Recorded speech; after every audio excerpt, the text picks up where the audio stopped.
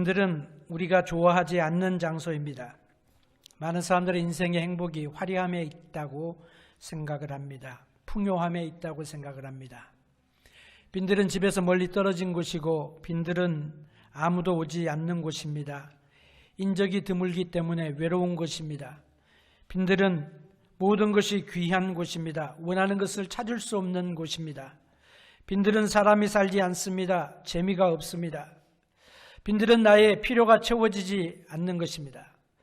더 나아가서 빈들은 내가 원하는 것이 이루어지지 않고 도리어 원하지 않는 것들만 일어나는 곳이 빈들입니다. 우리가 이렇게 생각해 보면 우리가 사는 생활은, 우리의 인생의 여정은 빈들에서의 삶일 경우들이 많이 있습니다. 우리의 이민의 생활도 빈들의 생활입니다. 우리의 생활은 열매가 풍성한 과수원, 항상 맛있는 과일을 먹을 수 있는 과수원에 넘치는 생활이 아니라 빈들의 생활일 경우들이 많이 있습니다. 그런데 빈들에서 놀라운 일이 일어났습니다. 빈들의 축복이 임하였습니다. 빈들에서 예수님께서 기적을 일으키시는데 이 기적이 바로 빈들의 축복입니다. 빈들에서 사람들이 창조주이신 예수 그리스도를 만나게 되었습니다. 빈들의 은총인 것입니다. 예수님께서 보리떡 5개와 물고기 2마리를 가지고 5,000명을 먹이시고 12광주리가 남는 그런 놀라운 기적을 빈들에서 행하여 주셨습니다. 이 사건이 너무도 의미심장하고 중요하고 귀한 사건이기 때문에 우리 복음서 마태, 마가, 누가, 요한복음이 다 이 사실을 기록을 하고 있습니다. 오늘 우리는 충족함이 있을 수 없는 빈들에 어떤 축복이 임했는가, 빈들에 임한 축복을 우리가 나의 삶 속에서 어떻게 체험하고 누리고 살아갈 수 있을까 하는 그런 내용들을 말씀을 통하여 우리가 찾아보면서 정말로 첩첩이 쌓인 산 넘어 산처럼 어려움 넘어서 어려움을 통과하여 사는 우리의 빈들의 삶 속에 하나님의 은혜를 경험하는 귀한 시간이 되게 해주시기를 원하는 것입니다. 먼저 빈들의 축복은 있는 것을 찾는 긍정적인 자세로부터 시작을 합니다. 예수님께서 사역에 지친 제자들을 한적한 곳으로 보내시고 예수님도 한적한 곳을 찾아가셨습니다. 예수님의 마음이 울적하셨을 수도 있습니다. 우리가 잘 아는 세례 요한이 그 악한 헤롯에게 의하여서 죽임을 당하게 되었습니다. 예수님이 쉬려고 제자들과 한적한 곳을 찾으셨는데 예수님을 쫓아서 많은 군중들이 따라왔습니다. 예수님이 어디 계시는지 듣고 그들은 달려왔습니다. 예수님이 피곤하지만 자기에게 다가오는 무리를 보셨습니다. 어떻게 보면 이 사람들이요, 예수님 사정은 생각하지 않는 사람들처럼 보입니다. 자기들이 필요가 있으니까 그 필요를 채우기 위하여 예수님 만나서 예수님을 괴롭히려고 하는 의도로 나오는 것 같습니다. 그런데 예수님께서는 그들의 문제를 가지고 자기에게 나아오시는 것을 보면서 예수님께서 그들을 맞이해 주십니다. 우리가 문제가 있을 때, 어려움이 임했을 때에 사람들의 태도는 무엇입니까? 제자들의 태도는 무엇입니까? 우리의 태도도 마찬가지지만 문제에 대하여 회피하고자 합니다. 부정적입니다. 해가 저물었습니다. 때가 늦었습니다. 무리들은 아직 아무도 식사하지 못했습니다. 예수님은 그런 것 다 아랑곳하지 않으시는 것 같습니다. 제자들이 마지 못해서 예수님께 나와서 예수님이 혹시 모를까 봐 알려드리는 거예요. 15절에 보니까 저녁이 되면 제자들이 나와 가로되 예수님, 이곳은 빈들입니다. 때가 저물었습니다. 이미 저물었습니다. 무리를 보내어 마을에 가서 좀 먹을 것 사 먹게 해주시기를 바랍니다. 빈들에 있다고 하는 것도 핸디캡인데 저녁이 되었습니다. 숫자도 많습니다. 그냥 굶을 것 같습니다. 그래서 예수님께 충고하는 것입니다. 예수님, 이들을 마을로 보냅시다. 그래서 먹을 것 사 먹게 하십시다 라고 이야기를 했습니다. 제자들은 예수님을 향하여 사람들이 각각 가서 자기가 자기의 문제를 해결해야 할 것이라고 그것을 예수님께 말씀을 드렸습니다. 그런데 예수님의 생각은 전혀 달랐습니다. 16절에 예수님께서 말씀하십니다. 예수께서 가라사대 갈 것 없다. 너희가 먹을 것을 주어라. 놀라운 말씀이에요. 기대 밖의 말씀입니다. 너희가 먹을 것을 주어라. 예수님께서 이렇게 말씀하실 때에 제자의 입장에서 그 말씀을 들으면서 어떤 느낌이 들었을까? 예수님 농담하시는 거죠? 아마 이런 반응했을 것 같아요. 아니, 우리가 먹을 것을 어떻게 줄 수가 있습니까? 하는 그런 내용이죠. 지금이 빈들입니다. 저녁입니다. 하는 거죠. 제자들이 이해가 되지 않았습니다. 우리가 이해되지 않은 일을 경험하면 자동적으로 우리가 하는 것이 있습니다. 그건 뭐냐면 합리화하는 것입니다. rationalize 하는 것입니다. 빌립이 대답을 합니다. 오늘 본문에 나와 있지만 요한복음에 빌립이 예수님께 대답을 합니다. 예수님, 우리가 이 사람들을 보내어 각 사람으로 조금씩 떡을 먹게 한다고 할지라도, 빵을 조금씩 준다고 할지라도 적어도 200데나리온이 필요합니다. 200데나리온이 얼마나 되느냐? 한 사람의 품삯을 한 100불로 카운트를 하면 200일치입니다. 그러니까 약 2만 불 정도의 엄청난 돈이 필요합니다 라고 하는 거죠. 그것도 부족할 것입니다 라고 이야기를 했습니다. 빌립은 판단력이 뛰어난 사람이죠. 계산이 빠른 사람입니다. 정확하게 문제를 어세스를 했습니다. 그리고 경비를 산출해냈습니다.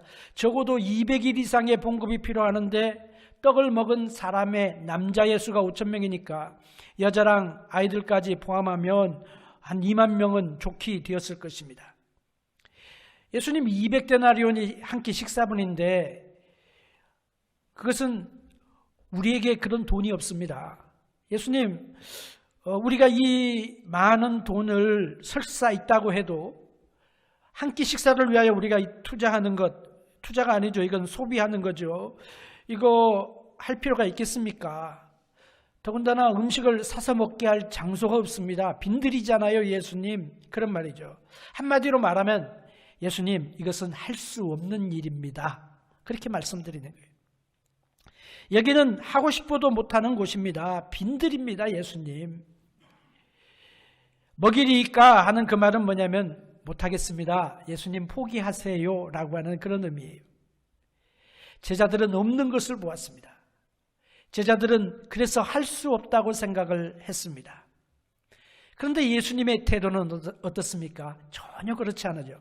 예수님은 100% 긍정적입니다. 적극적입니다.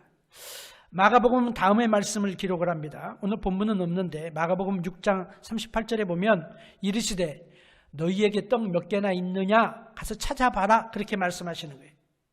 알아보고 가로되 떡 5개와 물고기 2마리가 있나이다. 오늘 본문엔 제자들이 떡을 가져왔다고 이야기를 하는데 사실은 예수님이 찾아보라 그래서 찾아가지고 온 것이 그거밖에 안 되는 것입니다. 무엇인가 찾아봐라. 없다 그러지 말고 찾아봐라.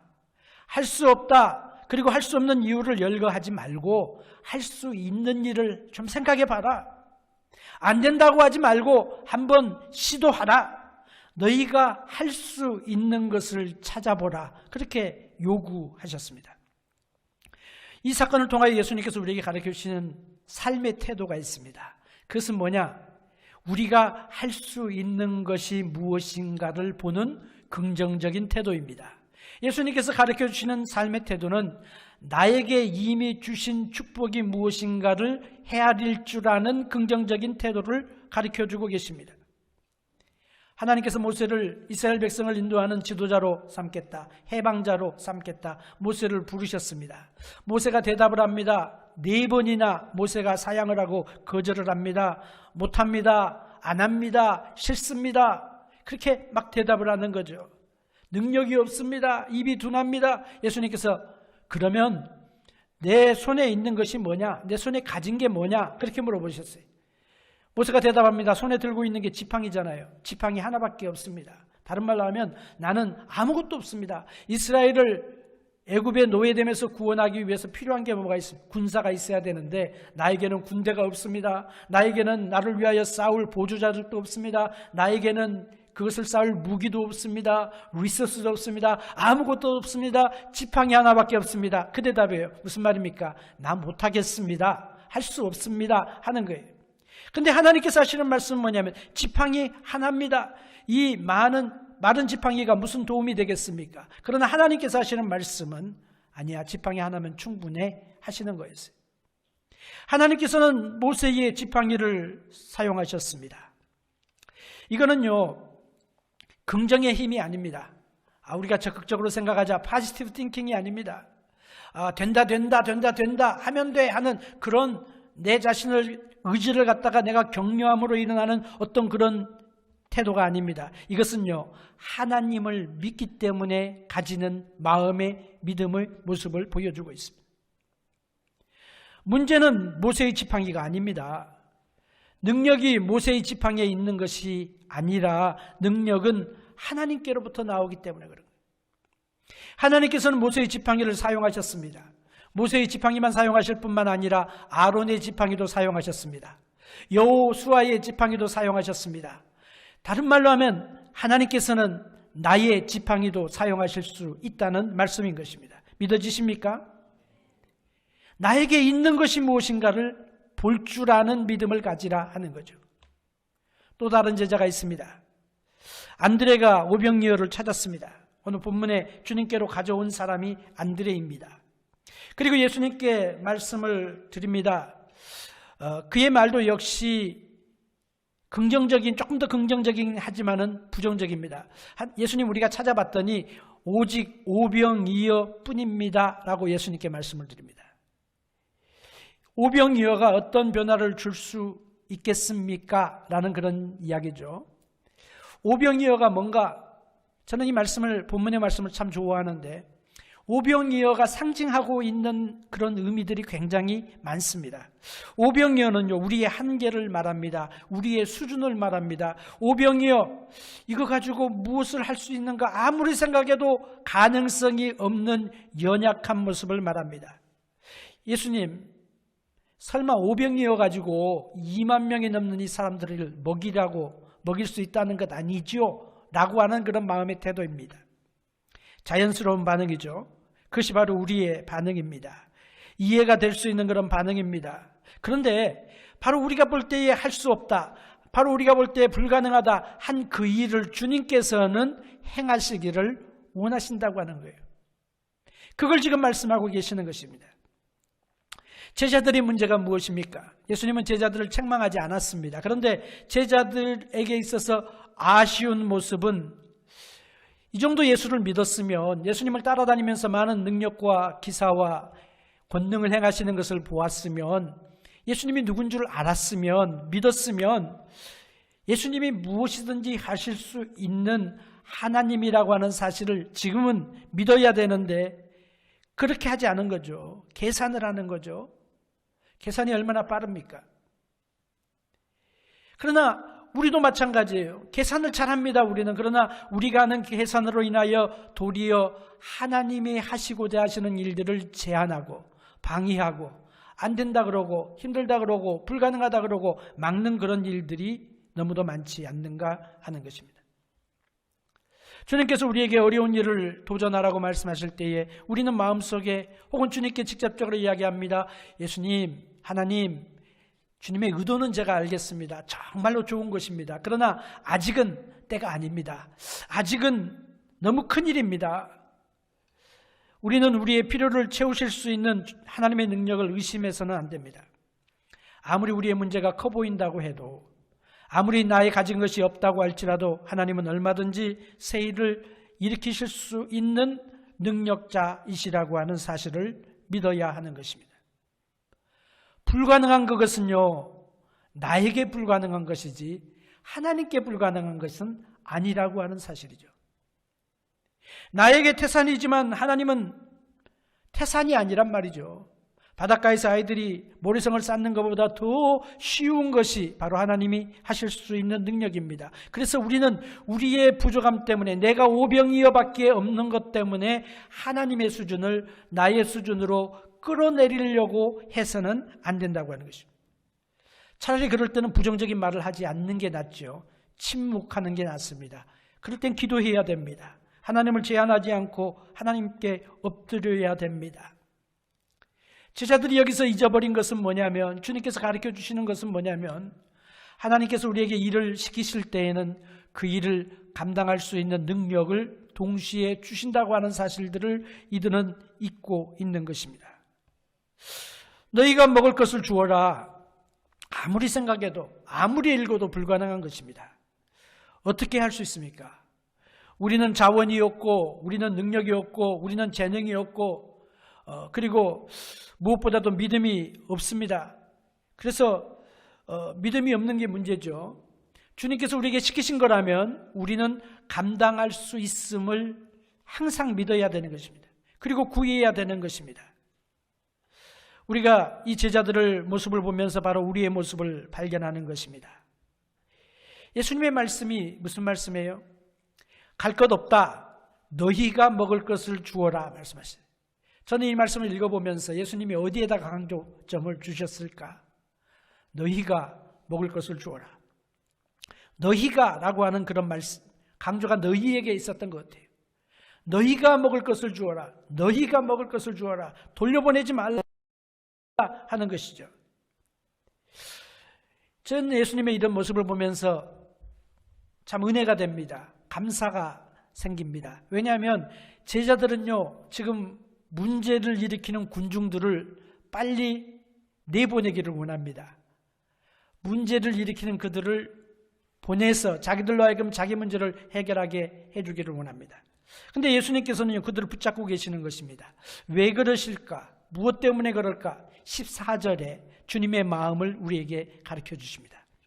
주님께서 제자들과 함께 계시다가 무리가 예수님께 나오는 것을 보고 큰 무리를 보시고 불쌍히 여기셨다 그랬습니다. 불쌍히 여겼다. 불쌍히 여겼다고 하는 그 말의 의미를 우리는 잘 아시죠? 예수님은 우리를 불쌍히 여깁니다. 불쌍히 여긴다는 말은 영어로 compassion입니다. compassion이란 것은 뭐냐면 함께 느끼는 것입니다. 두 가지 것이 붙여져 가지고 compassion이 되었죠. 함께 느끼는 것입니다. 그러니까 누가 어려운 일을 당하면 그 어려운 일을 당한 사람을 함께 경험하는 것, 느끼는 것, 이게 compassion입니다.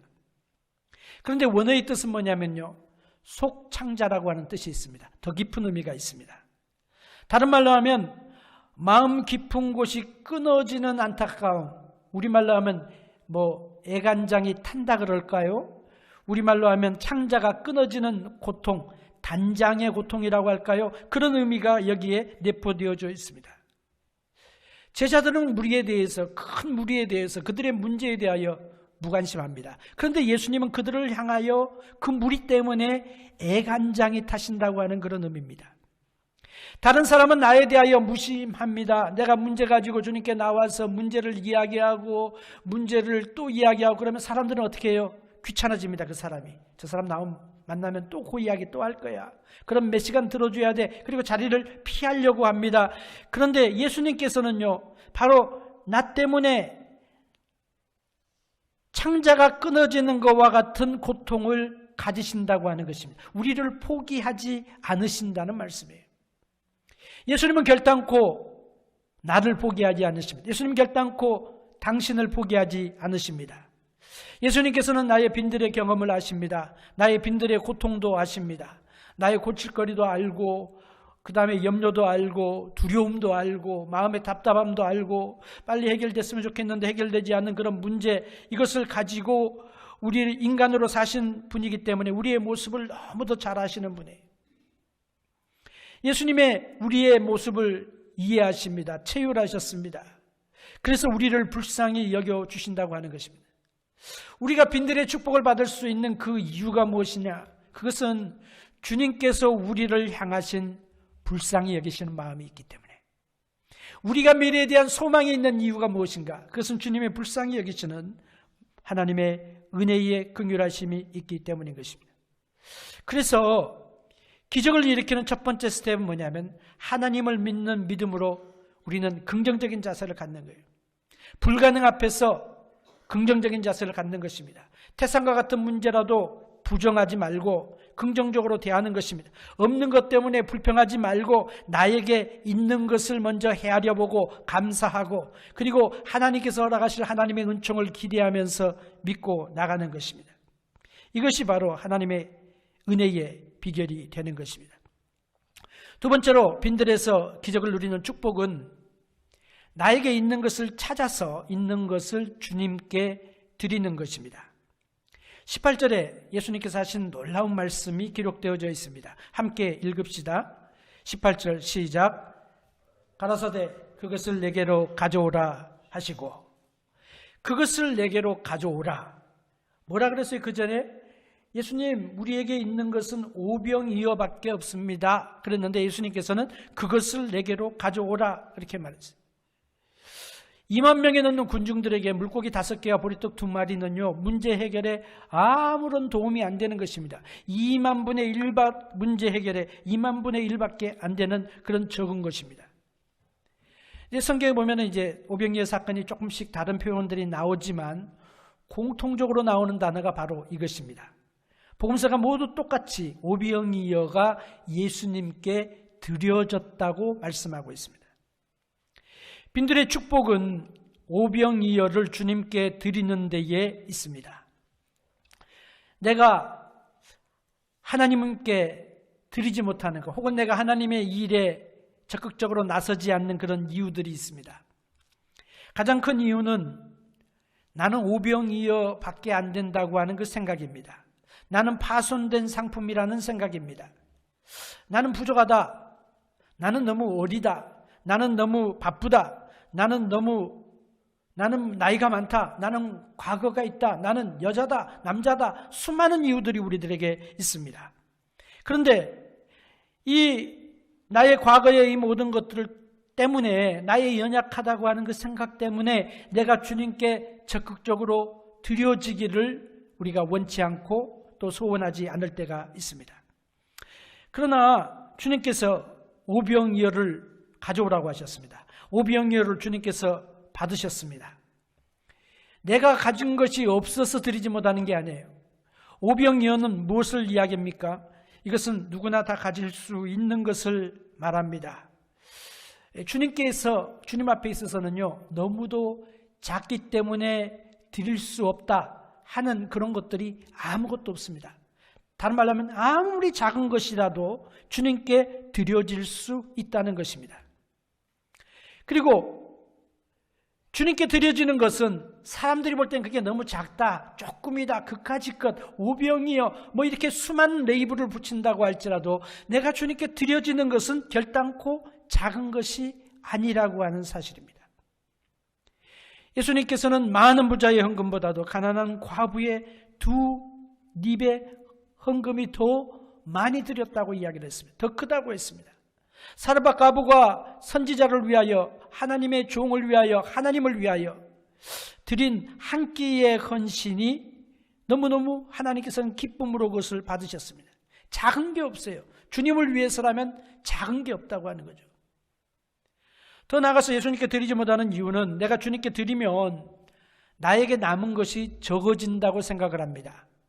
다른 말로 하면 나에게 가지고 있는 것, 내가 소유하고 있는 것들은 제한되어져 있는데 그것 중에서 일부를 다른 사람에게 내가 주게 되면 그만큼이 내가 소유하고 있는 것으로부터 절감되어진다고 하는 계산법입니다. 산수죠. 세상의 투자 법칙이죠. 이것을 보고 sum zero understanding이라고 이렇게 이야기를 합니다. 가지고 있으면, 가지고 있는 것을 남에게 주면 그만큼 내 것이 적어진다.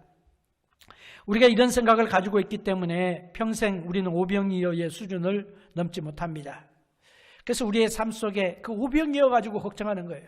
한 끼 음식 바라보고, 한 끼 음식 먹고, 한 끼로 인하여 고민하고, 염려하고, 걱정하고, 두려워하고, 화내고, 웃고, 오병이어 속에 사는 것입니다. 그런데 주님께서 우리가 사는 생활은, 우리의 성도의 삶은 이 모든 것들을 뛰어넘을 수 있는, 빈들에서가 살지만 빈들의 축복을 받을 수 있는 은혜를 가르쳐 주시는데, 빈들의 축복을 누릴 수 있는 비결이 뭐냐? 주님께 드려져야 된다고 하는 거죠. 우리에게 100만 불 없죠. 우리에게 2만 불도 없죠. 그렇죠? 한 끼 음식 대접하려면 지금 2만 불 들어가는데, 그러나 우리는 오병이어를 가지고 있습니다. 한 끼 식사할 돈은 있습니다. 다른 말로 하면 내가 주님을 위하여 드릴 수 있는 것은 항상 나에게 주어졌다고 하는 거예요. 나의 오병이어가 있는 거예요. 오늘 우리가 빈들에서 빈들의 축복을 경험하고 체험하고 누리고 살기를 원하십니까? 그러면요, 나의 가진 것이 무엇이든지 간에 주님께 맡겨줘야 되는 거죠. 주님께 드려줘야 되는 것입니다. 여기서 말하는 것은 헌금하라는 이야기가 아닙니다. 물질을 말하는 것이 아닙니다. 물질만이 헌신이 아닌 거죠. 우리가 가지고 있는 시간도, 우리가 가지고 있는 재능도, 우리가 가지고 있는 관심도, 우리가 다른 사람에게 전하는 한마디의 따뜻한 말도 오병이어예요. 오병이어. 오병이어로 위대한 하나님의 역사가 시작되는 것입니다. 그래서 우리는 오병이어는 드릴 수 있잖아요. 이것을 한 걸음 더 나가서 이야기를 하면 우리가 가지고 있는 모든 것들이 다 오병이어입니다. 어떤 사람은 오병이어는 드릴 수 있다. 그러나 내가 가지고 있는 이것이 오병이어보다 훨씬 더 많기 때문에 나는 못하겠다. 그렇게 생각을 할 수 있죠. 그러나 사실은 뭐냐면 우리가 가지고 있는 모든 것들이 다 하나님께서 보실 때는 오병이어예요. 이 세상에 많은 부귀와 영광을 가지고 있다고 할지라도 하나님 보실 때는 오병이어입니다. 내가 이 세상에 권능을 가지고 있다고, 권세를 가지고 있다고 할지라도, 정말로 권력을 가지고 있다고 할지라도, 오바마 대통령이 가지고 있는 권력, 그리고 막강한 그 권력이라고 할지라도 하나님이 보실 때는요, 오병이어와 같은 거예요. 하루 있다가 그 다음날 사라져버린 들불과 같은 것입니다. 하나님께서는 우리가 드리는 모든 것이 다 하나님 앞에서 내가 드리는 것이 다 오병이어라고 생각하면 아까울 게 없지요. 그리고 하나님께 드릴 수가 있습니다. 그런데 하나님께서는 우리가 드리는 것을 받아주십니다. 오병이어를 주님께 가져갔습니다. 그렇죠? 우리 같으면 어떻게 했겠어요? 야, 그것도 문제의 해결이라고 가져왔느냐?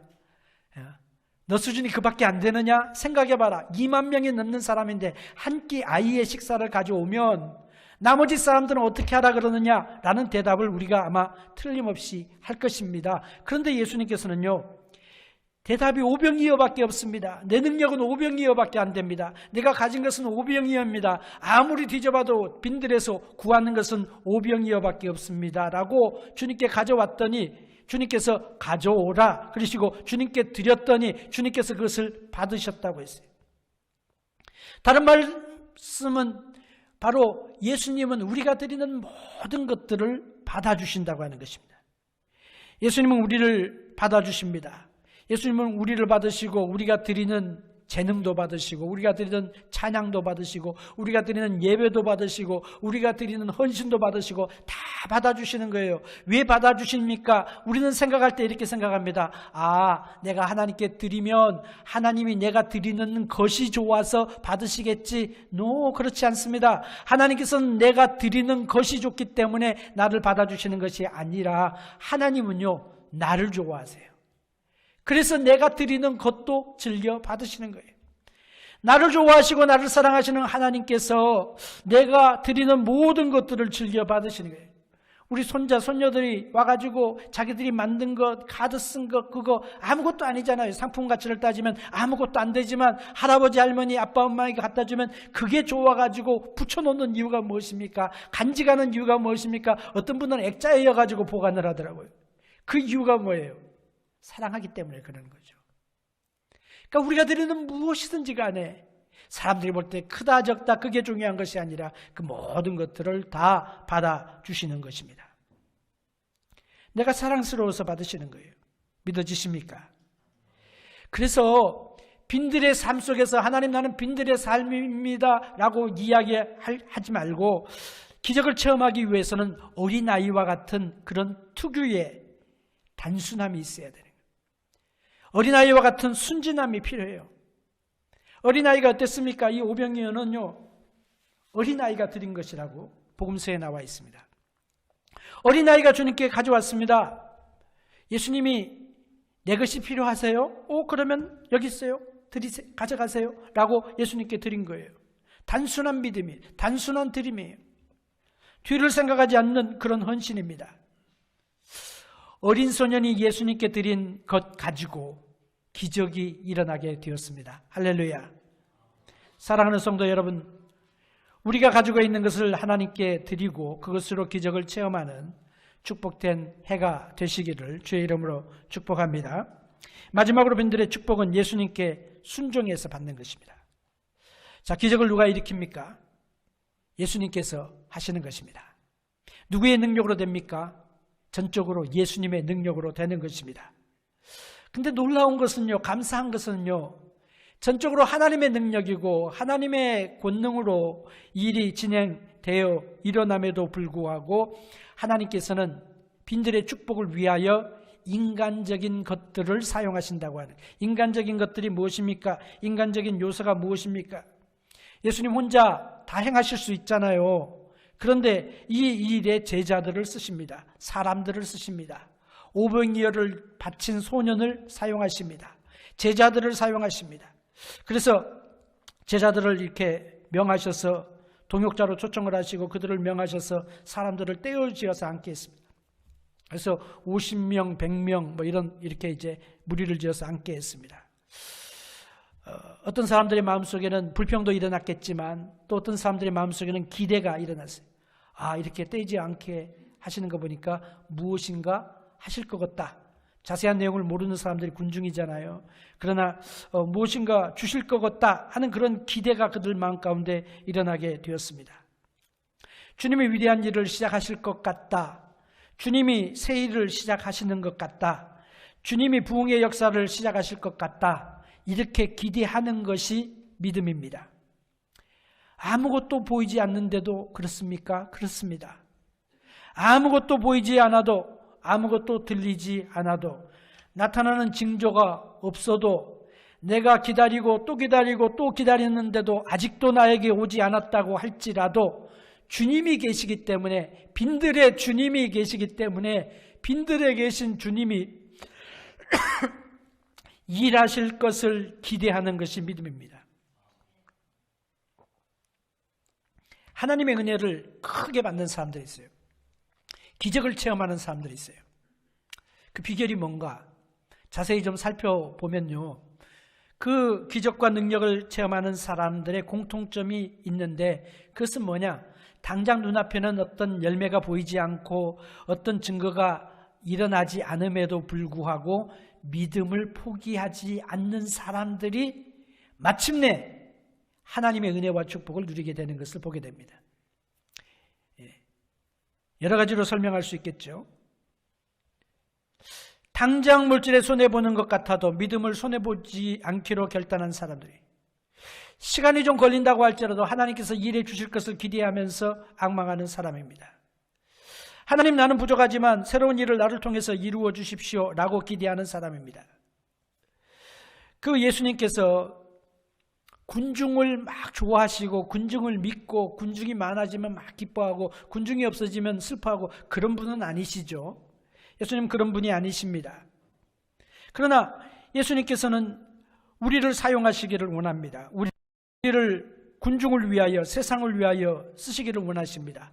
그게 뭐냐? 어떻게 하면 우리가 빈들의 축복에 동참하고 빈들의 축복에서 그냥 단순히 떡 얻어 먹는 것이 아니라 빈들의 축복이 일어나는 역사를 나타내는 데 쓰임받을 수 있느냐? 그것은 순종입니다.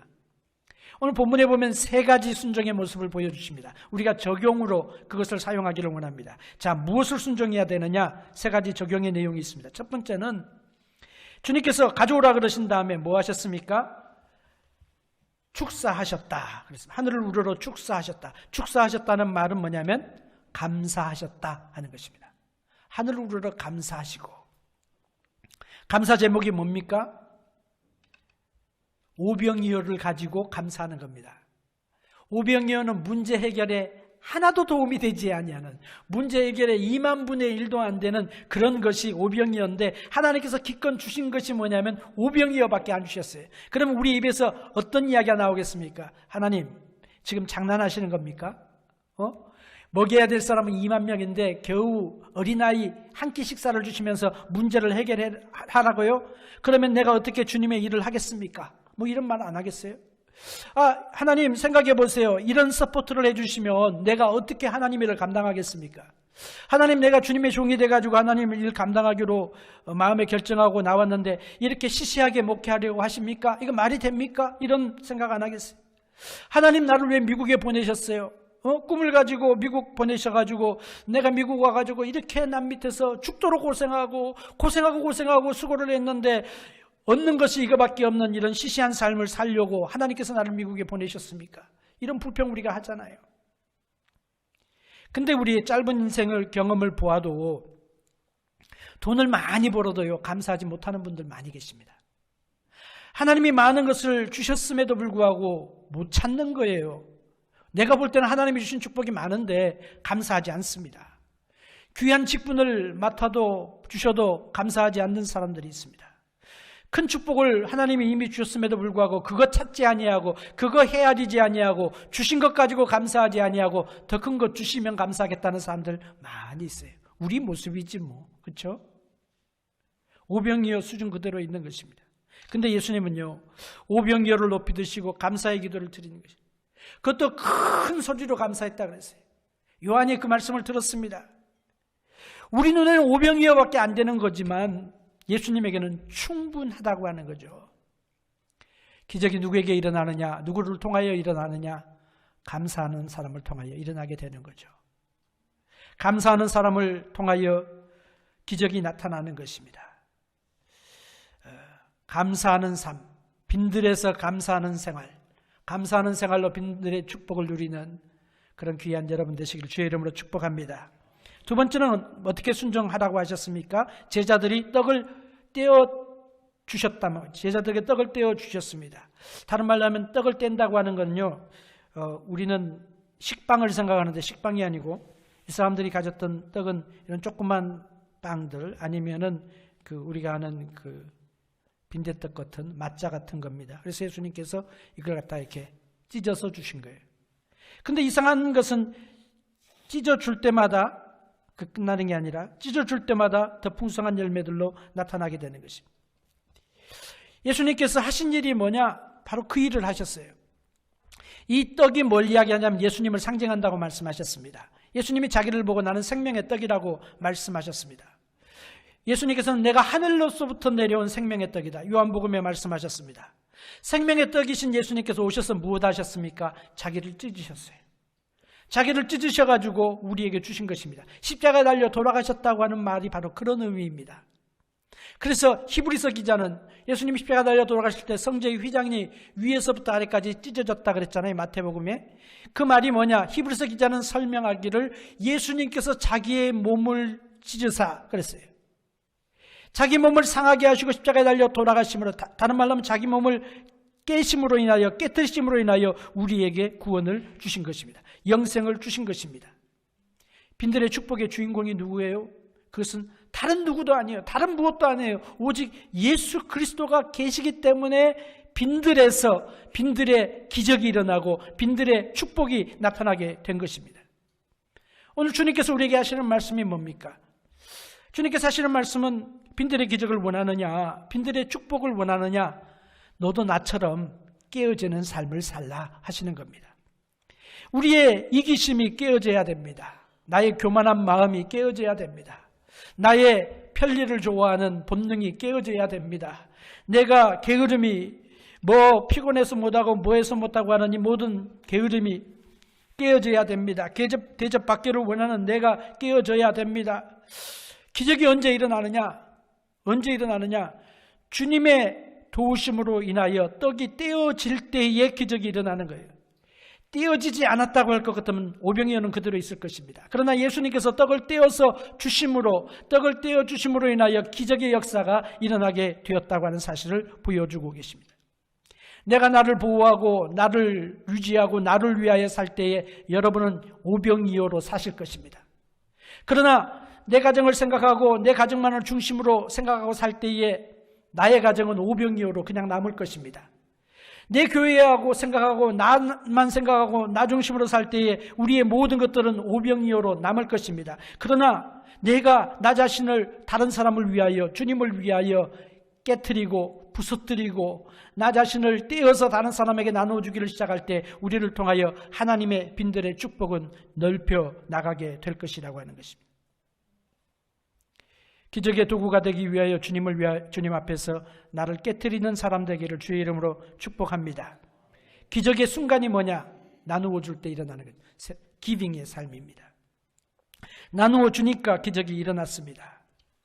처음 예배를 시작할 때 우리가 읽었던 말씀 기억나십니까? 예수님이 뭐라고 말씀하세요?